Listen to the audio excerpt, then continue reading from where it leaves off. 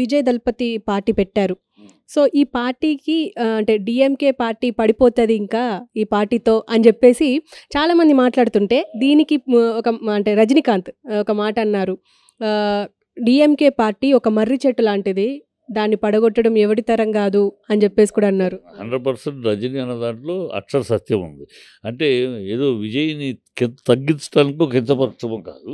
ఎవడో వాగిన మాట డీఎంకే అయిపోతే డీఎంకే ఖతం అయిపోవడం అనేది అది ఎందుకంటే అది అన్నాదురై, పెరియార్ అనే మహామహులు వాళ్ళు నాటిన బీజం అది. ద్రవిడ అనే భావాన్ని బాగా లోతుల్లోకి తీసుకెళ్ళిపోయారు వాళ్ళు. అందువల్లే వాళ్ళు తమిళనాడులో ఏ నేషనల్ పార్టీ కూడా ముందు ఉండలేదు. ఈ లోకల్ పార్టీలతోటి వెనకాల ఉండాల్సి వస్తుంది. ఆ ద్రవిడ బీజం అనేది మహానుభావులు ఆయన పెరియార్ రామస్వామి నాయకర్ కానీ, అన్నాదురై గారు కానీ నాటారు. ఆ నాటింది అంత బాగా బలంగా ఉండిపోయింది. సో అది ఎప్పటికీ పతనం కాదు. కాకపోతే ఓటమంటారా, ఓటమి రావచ్చు. కరుణానిధి గారు ఉన్నప్పుడు ఓడారు. ఎంజీఆర్ రాగానే ఎంజీఆర్ గ్లామర్గా ఆయన ఓడిపోయారు, మళ్ళీ తర్వాత గెలిచారు.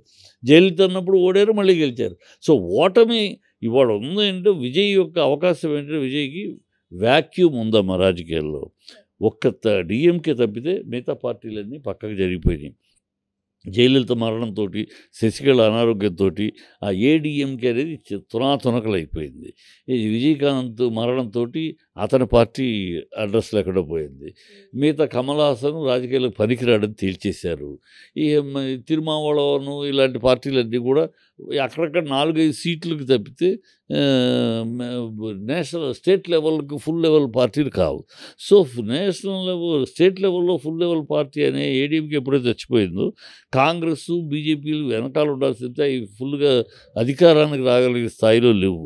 రానివ్వరు కూడా, ఎప్పటికీ రానివ్వరు. నేషనల్ పార్టీలని ఎప్పటికీ అధికారంలోకి తమిళనాడు ప్రజలు రానివ్వరు. వాళ్ళకి లోకల్ ఫస్ట్ మేము మా స్టార్ట్ తమిళన్ మన్వాసనై తమిళ్ అని తమిళన్ ఉయిర్ అని మాట్లాడతారు. వాళ్ళ ప్రతి ఒక్కడు పసిబిడ్డ బాలాది అంత గాఢంగా ఉంటారు వాళ్ళ దీంతో. వాళ్ళ కల్చర్ అవ్వచ్చు, వాళ్ళ భాష అవ్వచ్చు, వాళ్ళ అన్నిటికీ తమిళ్ అనేది ఊరిపోయి ఉంటుంది.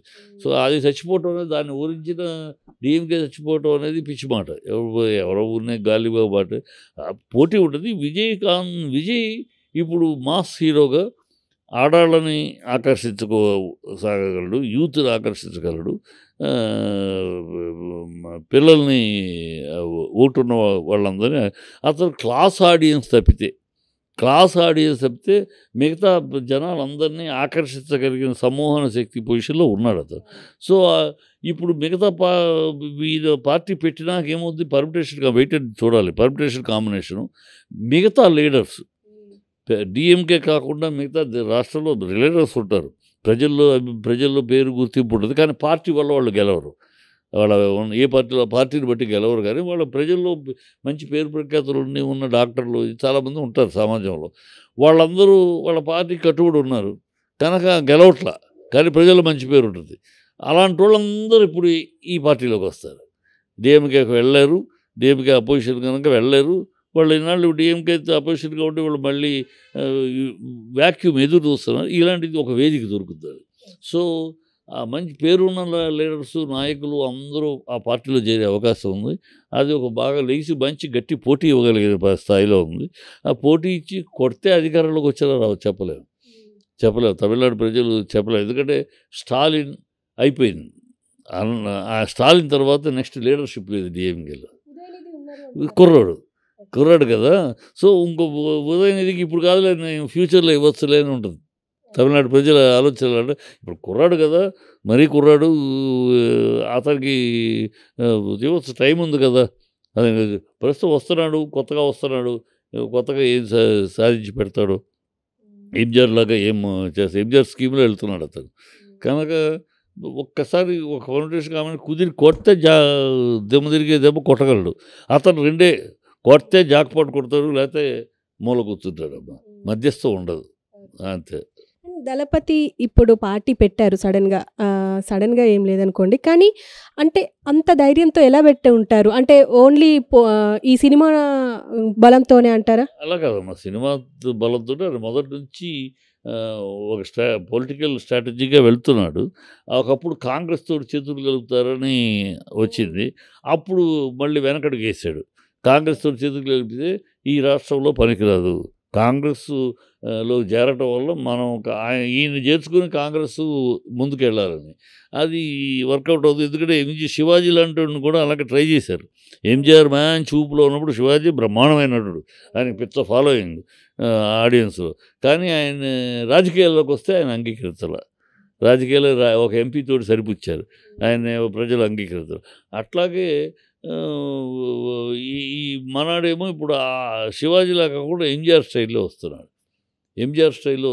ఎంజీఆర్ లాగా పేదలు, లేబర్ సినిమాల్లో కూడా ఎప్పుడైతే కాంగ్రెస్‌ని పక్కన పెట్టేసి కొంచెం టైం తీసుకున్నాడు. కాంగ్రెస్ కాదు, నాకు కాంగ్రెస్ సంబంధం లేదు, నేను ఇండిపెండెంట్ అని వస్తున్నాడు.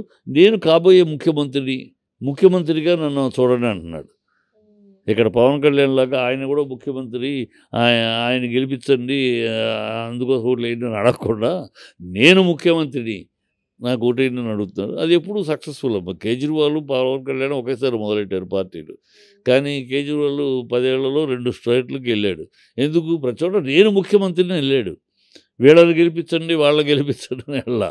పవన్ కళ్యాణ్ ఏమో వాళ్ళని గెలిపించండి, వీళ్ళని గెలిపించండి అని 10 ఏళ్ళకు ఒక సీట్లోకి వచ్చాడు ఇవాళ. రేపు మరి రాబోయే కాలంలో మళ్ళీ లోకేష్ని గెలిపించండి అంటాడా, నన్ను అడుగుతాడో తెలీదు.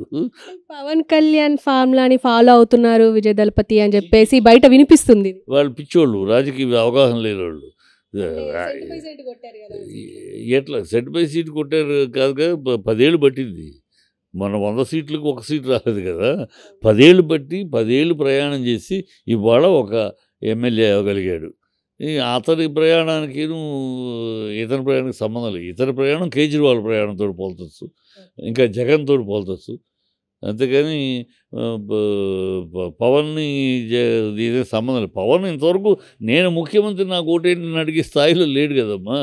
ఇక్కడేమో ఇతను స్టార్టింగే నేను ముఖ్యమంత్రిని అంటున్నాడు. కేజ్రీవాల్ ఎలా అయితే నేను ముఖ్యమంత్రిని అడిగాడు, ఈయన అలాగే నేను ముఖ్యమంత్రిని అన్నా. అలాగే జగన్ ఎలా నేను ముఖ్యమంత్రి, నాకు ఓటేయండి అని అడిగాడు, అలాగే అడుగుతున్నారు. వీళ్ళతోటి కంపేర్ కానీ పవన్ ఏనాడు ఇంతవరకు ఇప్పటికి కూడా నేను 2029లో నేను కాబోయే ముఖ్యమంత్రి అనగలడా అనట్లేదు. ఇప్పటికీ చంద్రబాబు చాటునే ఉన్నాడు. సో ఒకళ్ళ చాటును ఉండే నాయకుడికిను ఇండిపెండెంట్గా పోరాటంలో దిగిన నాయకుడికి పోలిక ఎట్లా పెడతాం? పోలిక పెడతాం. అండ్ సార్, ఇప్పుడు అదే కూటమికి సంబంధించి ఏంటంటే ఇప్పుడు వస్తున్న పథకాలు, వీళ్ళు ఎవరైతే ఏ పథకాలు అయితే పెట్టారో వాటి పైన వస్తున్న నెగిటివిటీ గురించి మీరు ఏమంటారు? అండ్ అన్న క్యాంటీన్కి సంబంధించి అది మురికి వాటర్లో ప్లేట్లు కడిగి ఇస్తున్నారని చెప్పేసి కొన్ని వీడియోలు కూడా బయటకు వచ్చినాయి. దీని గురించి ఇప్పుడు అన్నా క్యాంటీన్ గతంలో కూడా పెట్టాడమ్మా. పెట్టినప్పుడు కూడా పెద్ద క్లోజ్ చేయడం కూడా జరిగింది. అనేక గిబ్బులు ఈ దీంతో డబ్బుల గోల్మాలు జరగటం, వాళ్ళ కమిషన్లు ఇవన్నీ తేడాలు వచ్చాయి. అన్నా క్యాంటీన్ పెడితే అమ్మా, అన్నా క్యాంటీన్ ఎవరి కోసం? అన్నార్తుల కోసం, పేదల కోసం. అంటే పేదలు ఉండే చోటు, ఎక్కువగా కార్మికులు వాళ్ళు ఉండే చోట పెట్టాలి. నువ్వు మెయిన్ సెంటర్స్లో, పెద్ద సెంటర్స్లో పెట్టేసేసి మేము దేశం మొత్తం పేదలకు అన్నం పెడతా అంటే పచ్చిబడ్డ. అక్కడికి వచ్చి తినేవాళ్ళు ఎవరు? డబ్బున్నవాడి కార్ డ్రైవరు, డబ్బున్న వాళ్ళ తాలూకు మనుషులు. వాళ్ళు రావటం, వాళ్ళు వచ్చేసేసి వాళ్ళు తింటున్నారు. 100కి 10-20 మంది కార్మికులు అక్కడ సిమెంట్ పని, కూలి పని చేసేవాళ్ళు తింటే 80 మంది ఈ బాపత్ తింటున్నారు. సో అది నిజంగా అన్నార్థులకు ఆకలి తీర్చే ఒక షో. ఆ పేరు మీద డొనేషన్స్, వాడు ₹1 కోటి, వీడు ₹1 కోటి, ఈ డొనేషన్స్, ఈ డబ్బులు కలెక్షన్ పాయింట్ ఆఫ్ వ్యూ తప్పితే అది జెన్యూన్గా అయితే ఎక్కడ పేదలు ఉన్నారు, ఎక్కడ కార్మికులు పనిచేసే చోట్లు ఉన్నాయి, ఈ టౌన్స్లో, ఆ విలేజెస్ దగ్గర అక్కడ పెట్టాలి. అక్కడ తిండి లేక అలమటించారు, వాళ్ళకి పెడితే నిజంగా అన్నం పెడుతున్నట్టు. నువ్వు సెంటర్లో పెట్టే షో కోసం, ఫోటోల కోసం సెంటర్లో పెట్టేసేసి డబ్బున్నవాడి డ్రైవరును, డబ్బున్నవాడి దగ్గర పనిచేసే సెక్రటరీలు, ఆఫీసులో పనిచేసే వాళ్ళు, నెలకి మంచి జీతం తీసుకున్నాడు, వాళ్ళు వచ్చి తీసుకుంటారు, వాళ్ళు తినడానికి పెట్టి కొన్ని గోల్మాలు. తర్వాత పథకాలు అంటావు. పథకాలు ఇవాళ ఈ ప్రభుత్వం అబద్ధాలతోటి పైకి వచ్చింది. అద్వితాలతోటి అధికారంలో వచ్చింది. ఇప్పుడు ఆ అబద్ధాలని జస్టిఫై చేసుకోవడానికి ప్రయత్నిస్తారు. ఒక దౌర్భాగ్యమైన, ఒక దుర్నీతి, ఒక దుర్మార్గమైన పరిపాలన. పరిపాలన అనేది లేదు. వే ఎన్నికలప్పుడేమో నువ్వు, నువ్వు, నువ్వు నువ్వు కూడానా? నలుగురికి 4 పదిహేను 60,000 ఏం తమ్ముళ్ళు ఇలా మాట్లాడి ఈ అమ్మా నువ్వు ఊది ఊది నీ గుండె దగ్గులు వచ్చేస్తాయమ్మా, అందుకొని మీకోసం 3 సిలిండర్లు ఇస్తున్నాం అని మాట్లాడి ఇవాళ 3 సిలిండర్లు ఇవ్వలేము, అందరికీ కాదు ఒకళ్ళకే ఇస్తాము. ఈ తప్పుడు మాటలు. చంద్రబాబు సిగ్గు ఉండాలి. 40 ఏళ్ళ అనుభవం, 14 ఏళ్ళు ముఖ్యమంత్రి చేసిన వాడికి నోరు ఎట్లా వస్తుంది? నోరే తాటి పట్టాది, నాలిక నరలేని నాలిక ఎట్లా మాట్లాడతాడో భయం వేస్తుందని. ఏ వాగ్దానాలు చెప్పినప్పుడు నీకు నోరు లేదా, భయం లేదా? వాగ్దానాలు ఇచ్చినప్పుడు నువ్వే చెప్పావు కదా, అప్పులు ఇన్ని అప్పులు ఉన్నాయి, ఖజానా ఖాళీ నువ్వే మాట్లాడావు కదా. ఆ ఖజానా ఖాళీగా ఉన్నప్పుడు ఎలా ఇస్తా అన్నావు? 67,000 కోట్లతోటి గత ప్రభుత్వం ఇస్తే అది దానికి ఆంధ్ర శ్రీలంక అయిపోద్దని చెప్పిన వాడివి. మరి నువ్వు 1,67,000 కోట్లకి 1,70,000 కోట్లకి పథకాలు ఇస్తా అన్నావు. ఎట్లా ఇస్తావు? ఎట్లా ఇస్తావు అన్న? అప్పుడు 67,000 కోట్లకే శ్రీలంక అయితే 1,70,000 కోట్లకి ఇంకేమవుతుంది?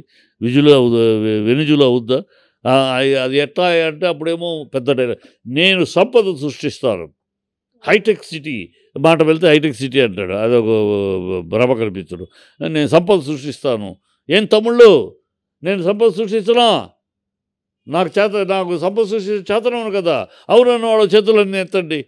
ఇలాంటి డ్రామాలన్నీ మాట్లాడి ఇవాళేమో నాకు భయం వేస్తుంది అంటావా? ఏమి సంపద సృష్టిస్తుంది నువ్వు? నీకు వచ్చిన 3 నెలల్లో 7,000 కోట్లు గవర్నమెంట్ సెక్యూరిటీలు తాకట్టు పెట్టి తెచ్చావు. ఇవాళ గవర్నమెంట్ పోర్టులు తాకట్టు పెట్టి ఇంకో 10,000కి టెండర్లు వేసావు. అంటే నువ్వు అప్పులు చేస్తేనేమో సంసారము, అదే గత ప్రభుత్వం అప్పులు చేస్తేనేమో అప్పులు తెచ్చేసింది, ప్రభుత్వం ఇట్లా తలకా పెట్టేసింది. వాగుడు వాగుతావు, పిచ్చి వాగుడు. ఇవాళ సిగ్గు శరము లేని ప్రభుత్వం నడుస్తుంది.